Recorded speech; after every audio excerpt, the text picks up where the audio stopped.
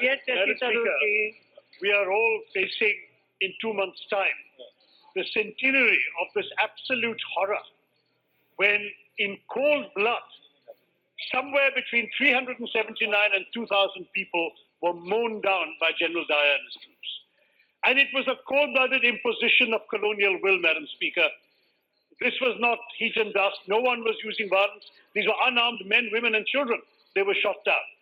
This was a great national tragedy, and the fact is, it reflected a number of betrayals. The betrayal of the support given by India to the British during the First World War, the betrayal of the promises made of dominion status to our country, the betrayal also of the moral compact that binds those who rule and those who are ruled. It was an act of wanton cruelty. It was a great tragedy in which innocent blood was spilled. And the fact is, madam, that at that time, I do want to stress, at that time, those British who were ruling the country tried to brush the sin under the carpet. They actually tried, Madam Speaker, to exonerate General Dyer for his wrongdoing. And when the House of Lords had actually passed a resolution supporting him, it actually took a British newspaper to conduct a campaign to raise money to reward him. And he was given £26,000, almost the equivalent of £250,000 today, with a bejeweled sword to honor him for killing Indians. So there is no question in our mind, this is a national atrocity.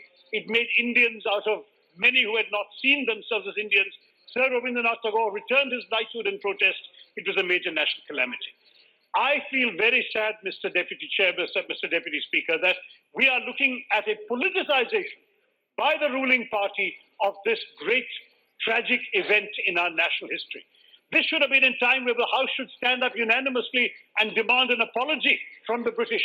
On the centenary on 13th of April 2019, that's what we should have been demanding, not taking petty action to remove the leader of the Indian National Congress from the trust.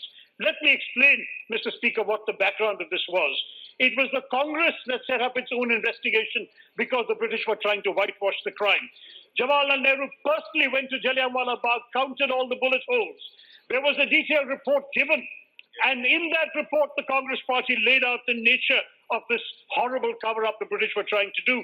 It was the Congress party as the nationalist movement that provided relief to the wounded, the dying, the helpless who were given assistance by us.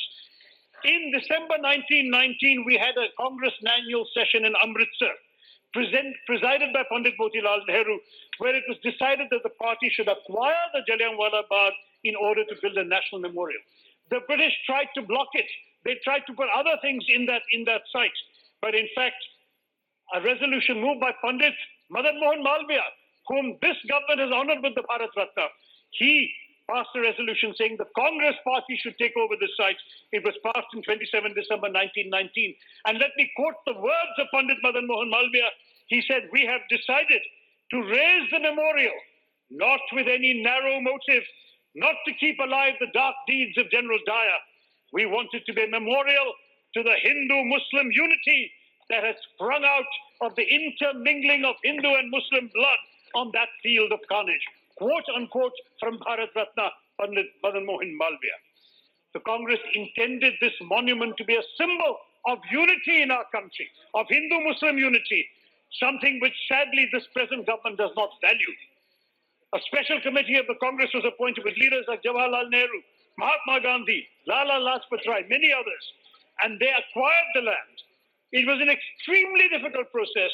The British actually tried to even set up a cloth market on the site in order to prevent the Congress from doing this. Mahatma Gandhi made an appeal to the nation to donate funds to the Congress for this purpose. And as a result, can you imagine in 1919, 1920, 10 lakhs of rupees, that is like 10 crores today, were raised by the Congress party for this purpose. 10 lakhs of rupees in 1919 is an astonishing sum of money. Yet it was mobilized by the party because of its faith in the values that we sought to memorialize. A trust was established to oversee the development and maintenance of the memorial. And by 1951, Jawaharlal Nehru was the last living member of that trust. That is why the Congress party decided to establish instead a statutory trust to oversee the site. And it was Dr. Ambedkar whom this government pays lip service to, who actually moved the resolution, moved the bill in the Lok Sabha on the 21st of April 1951 to convert the trust into a national statutory trust. In that bill, he designated the President of the Indian National Congress as an ex officio trustee. Why did he do that? Because the Congress party had bought the land. The Congress party had established the trust. The Congress party had roused the conscience of the nation on what had happened in Jallianwala Bagh. Therefore, because of the intimate connection between the Congress and the memorial, as Pandit Nehru himself said in the debates in Parliament at that time, that's the only reason that the Congress party president was placed as an ex officio trustee. For the BJP to have a minister stand up here and demean this proud history of our nationalist movement by saying that it is merely the actions of a particular political party, to my mind, this shows the mentality of those who are sitting in power today, Mr. Deputy Speaker. We are facing a government that does not respect the sacrifices of our heroes, that does not respect nationalism. Let me say, in fact, in 2003, the Parliamentary Standing Committee on Culture, under the chairmanship of a senior CPM leader, Shri Nirod-Pal Basu, presented a report on this very subject to this very House. And in that report he says, quote, "The composition of the Jallianwala Bagh National Memorial Trust, as prescribed in the Parent Act, was in order, and the inclusion of the President of the Indian National Congress was in keeping with the contribution of the Indian National Congress and the freedom movement in general, and the glorious struggle which led to the Jallianwala Bagh incident in particular." Yes. This was the level of non-partisanship that existed in our politics. Even our political opponents had the maturity to recognize the role played by the Congress party in the freedom struggle.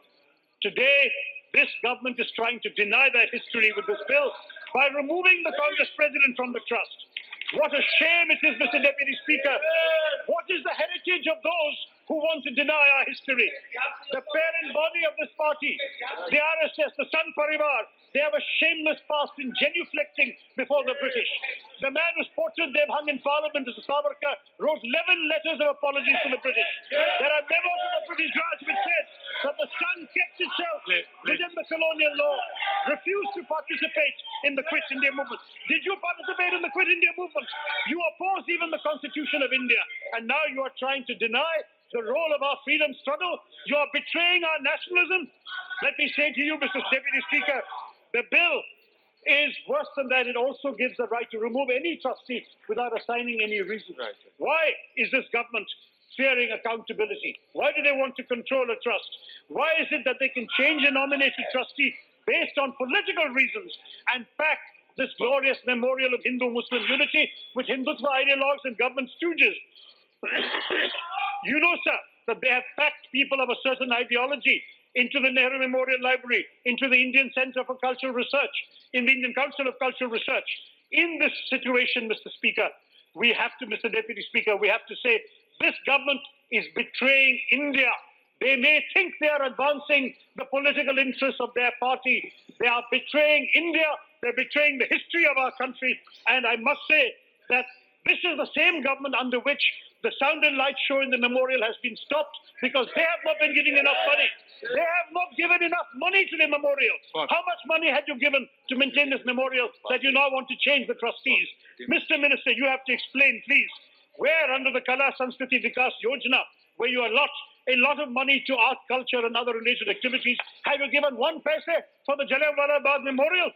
How can you say now, having reduced this budget, having cancelled the light and sound show, the Sonne Lumiere show, which people came from around the world to see, how can you claim to be defending Jallianwala Bagh? In 2 months' time, it's a centenary. This should be a time for national unity. We should all stand up, remembering the evil atrocities of the colonial empire. We should say we fought for our freedom. We are Indians first. We are not BJP. There was no BJP blood spilled on the ground of Jallianwala Bagh. It was Indian blood. And I want to say to you all, you are spending years reinventing the past. You are mythologizing history. You are trying to erase lies. And I do want to say, you have not even put a single paise into the budget. How can you plan 100-year centenary when you have not even planned to memorialize such a major occasion. I request the government speaker to please withdraw this bill. Withdraw this bill. Please repent that you ever had such an unworthy thought. Do not expect the members of this House who believe in the unity of India to stand for your divisive politics. You are trying to erase our history. You are trying to back our institutions with right-wing ideologues. You are neglecting the sites of our heritage.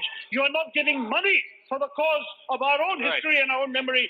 Do not demolish the secular fabric of our country. Do not destroy the pluralism that is at the heart and soul of India. We will fight for the future.